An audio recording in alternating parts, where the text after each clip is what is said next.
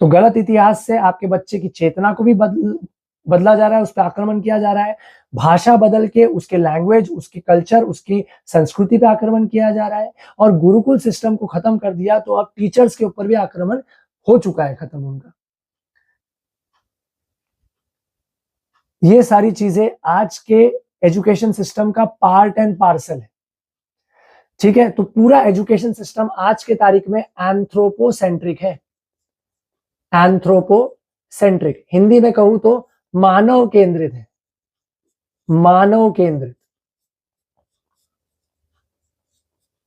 इसका मतलब क्या है कि प्रकृति हमारा दुश्मन है। जो अगर हम केंद्र में है पूरे सृष्टि के, तो इसका मतलब प्रकृति हमारी दुश्मन है। तो अब मानव के भोग के लिए मैं प्रकृति का विनाश कर सकता हूं, लेकिन हमारे भारत का इतिहास एंथ्रोपोसेंट्रिक नहीं है, हमारा इतिहास बायोसेंट्रिक है। हमारा जो जीवन जीने का तरीका है वो जीवन केंद्रित है। हम मानव को केंद्र में नहीं रखते, हम पूरे जीवन को केंद्रित में रखते हैं, केंद्र में रखते हैं।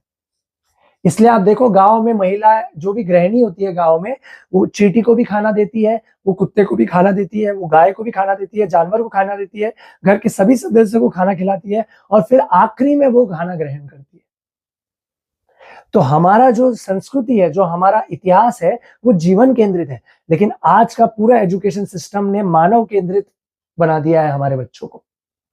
इसका अर्थ यह है कि आपके बच्चे ये मानते हैं कि मेरे भोग के लिए मैं प्रकृति का के साथ कुछ भी कर सकता। अगर मुझे पैसे कमाने के लिए पेड़ काटने पड़ेंगे तो मैं काटूंगा, अगर मुझे पैसे कमाने के लिए नदी में कचरा डालना है मैं डाल दूंगा, क्योंकि मैं मानता हूं कि मेरे लिए सब कुछ बना है, मेरे भोग के लिए ये सृष्टि बनी है। और ये हमारा वैल्यू सिस्टम नहीं है, ये अंग्रेजों का वैल्यू सिस्टम है, ये हमारे आक्रांताओं का वैल्यू सिस्टम है।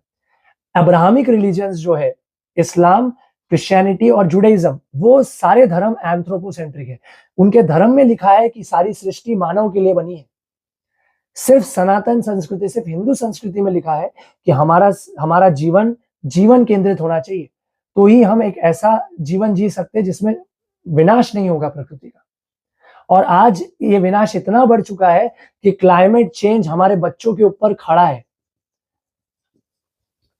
तो जो माँ बाप मर जाएंगे, उनके बच्चे ऐसी दुनिया में जीने वाले हैं जहां पर तापमान बढ़ेगा, जहां पर कभी भी वर्षा होगी, जहां पर बहुत लोग मरने वाले हैं।